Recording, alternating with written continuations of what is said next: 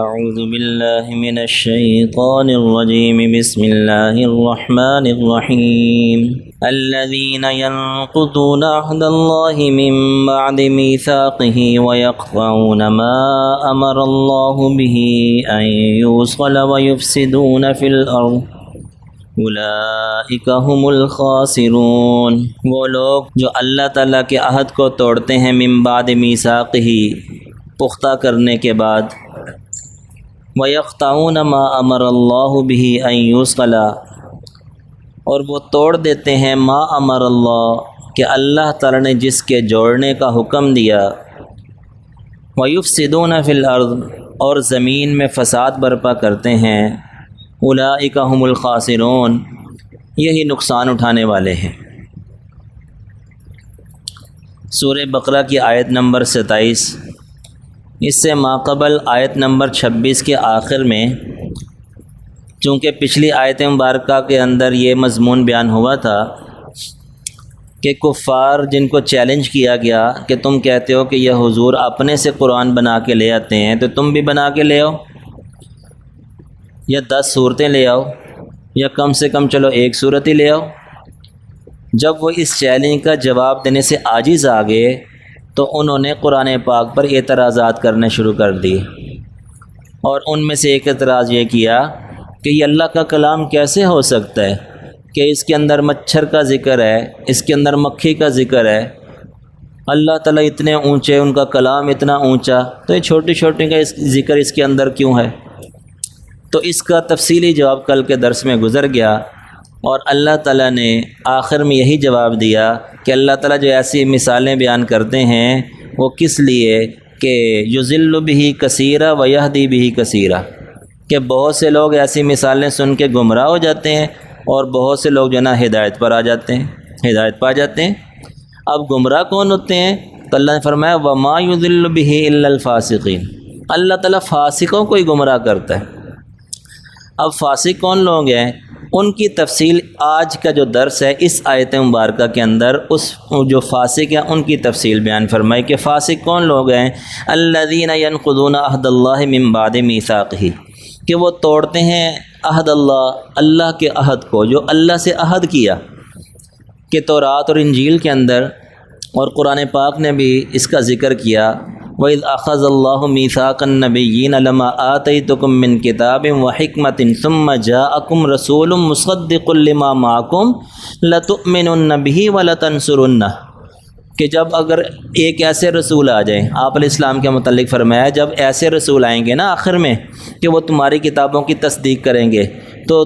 تم پر لازم ہے، انبیاء کو کہا، انبیاء کو، تو جو انبیاء کی امتیں تھیں وہ تو بدرجہ اولی اس میں داخل ہو گئی، کہ تم پر لازم ہے کہ تم ضرور بضرور ان پر ایمان بھی لاؤ جو آخری نبی ہوں گے، اور ان کی مدد بھی کرو، ان کے جو دینی معاملات ہوں گے، جو وہ حکم دیں گے دین کے معاملے میں ان کے مددگار بھی بنو۔ تو گویا کہ انہوں نے تورات اور انجیل پر ایمان لے آئے، جب تورات انجیل پر ایمان لے آئے تو اس میں جو یہ حکم تھا اس پر بھی ایمان لے آئے، تو جب آخری نبی آ گئے تو اب کیا ہے کہ وہ گویا کہ اللہ کے حد کو توڑ دیا۔ جب تورات پر ایمان لانا تو یہ ہے نا کہ جو تورات کے اندر احکامات ہیں سب مان لیے، انجیل پر ایمان لے تو گویا کہ سب احکامات مان لیے، تو اس میں اتنا بڑا حکم تھا کہ جو صاحب تورات کے لیے تھا، صاحب انجیل کے لیے تھا، صاحب تورات موسیٰ علیہ السلام، صاحب انجیل عیسیٰ علیہ السلام، ان کے لیے تھا کہ اگر تمہارے وقت میں وہ نبی آ جائیں تو تم بھی ان پر ایمان لے آنا، چہ جائے کہ ان کی امتیں تو بدرجہ اولی ایمان لائیں گی۔ تو گویا کہ انہوں نے کیا کام کیا کہ اللہ کے عہد کو توڑ دیا، من بعد میثاقہ، پختہ عہد کرنے کے بعد۔ ایک تو ان کی صفت یہ ہوئی فاسقوں کی کہ انہوں نے یہ اللہ کے عہد کو توڑ دیا۔ دوسرا وَيَقْطَعُونَ مَا أَمَرَ اللَّهُ بِهِ أَن يُوصَلَ، کہ یہ قطع رحمی کرتے ہیں۔ قطع رحمی کیا ہوتی ہے؟ کہ رشتہ داروں سے ناطہ توڑنا، تعلق توڑنا، کہ یہ بھی وہ کیا کرتے تھے کہ اگر کوئی ایمان لے آتا تھا تو وہ ایسا ناطہ توڑتے تھے کہ جیسے جو ہے نا ازلی کوئی دشمن ہو، ایک ہے خونی رشتہ دار، کہاں باپ بیٹا اور کہاں بھائی، یعنی کہ جو بھی ان کا رشتہ ہو وہ اس طرح کوئی ازلی دشمن بنا لیتے تھے۔ وجہ کیا تھی؟ صرف ایمان لے آئے۔ تو گویا کہ انہوں نے یہ گناہ کیا کہ وہ قطع تعلقی یا قطع رحمی، رشتہ داروں سے تعلق توڑنا۔ اس کا ایک فائدہ تو یہ ہوتا ہے نا کہ اگر رشتہ داروں میں کوئی ایمان لے آیا تو گویا کہ اگر قرب اختیار کرتے، تعلق ویسے ہی رکھتے، تو وہ ان کے دن رات دیکھتے کہ یہ کیا دعوت دیتے ہیں، ان کی دعوت ہے کیا، یہ دن کیسا گزارتے ہیں، رات کیسے گزارتے ہیں، تو گویا کہ ان سے وہی تعلق قائم رکھتے تو ان کو بھی ممکن ہے کہ ایمان کی توفیق مل جاتی۔ تو انہوں نے گناہ کیا کہ ایسا ناطہ توڑا رشتہ داروں کے ساتھ کہ جیسے ازلی دشمن ہو۔ تو گویا کہ یہ بہت بڑا گناہ ہے مسلمانوں کے لیے بھی۔ قطع رحمی، قطع رحمی کیا ہوتی ہے؟ صلہ رحمی تو آپ نے سنا ہے نا، صلہ رحمی ہوتی ہے رشتہ داروں سے تعلق جوڑنا، قطع رحمی ہوتی ہے رشتہ داروں سے تعلق توڑنا۔ تو یہ صلہ رحمی یا رحم کا جو لفظ، رحم کا لفظ، اس کا مطلب ہے، صلہ کا معنی ہوتا ہے پہنچنا، پہنچانا، وصل یصل سے ہے، یہ ملانا، ملانے کے معنی میں ہے۔ تو جو رشتے ماں کی طرف سے مل رہے ہیں ان کو بھی قائم رکھنا،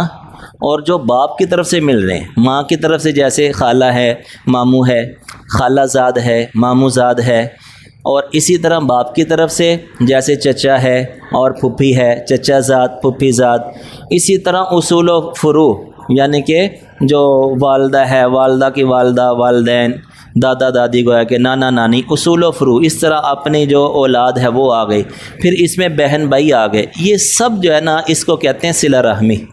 جو جتنا قریب ہوگا اس کا حق بھی اتنا ہی زیادہ ہوگا۔ اگر ان میں سے کوئی قطع رحمی کریں گے تو اس قدر گناہ بھی ہوگا۔ جیسے صلہ رحمی کرنے کے بارے میں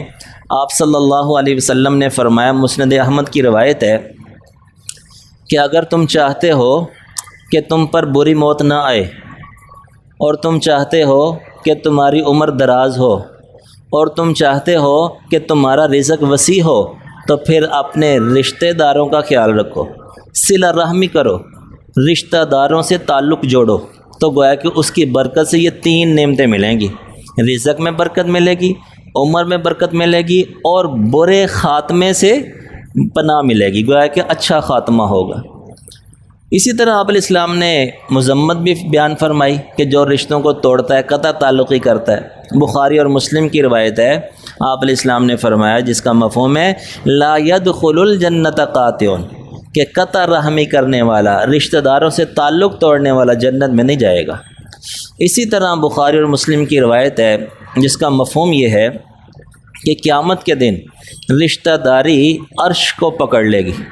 اور عرش کو پکڑ کے کہے گی کہ یا اللہ، جس نے مجھے دنیا میں جوڑے رکھا اس کو آج تو جوڑ دے، جنت کے ساتھ، جنت کی نعمتوں کے ساتھ جوڑ دے، اور یا اللہ جس نے مجھے دنیا میں توڑے رکھا آج تو اس کو توڑ دے، جنت سے، جنت کی نعمتوں سے توڑ دے، اس کو محروم کر دے، یعنی جہنم میں اس کو ڈال دے۔ گویا کہ رشتہ داری کو زبان میں لے گی اور رشتہ داری یہ پکار کر کہے گی قیامت کے دن میدان محشر میں۔ اسی طرح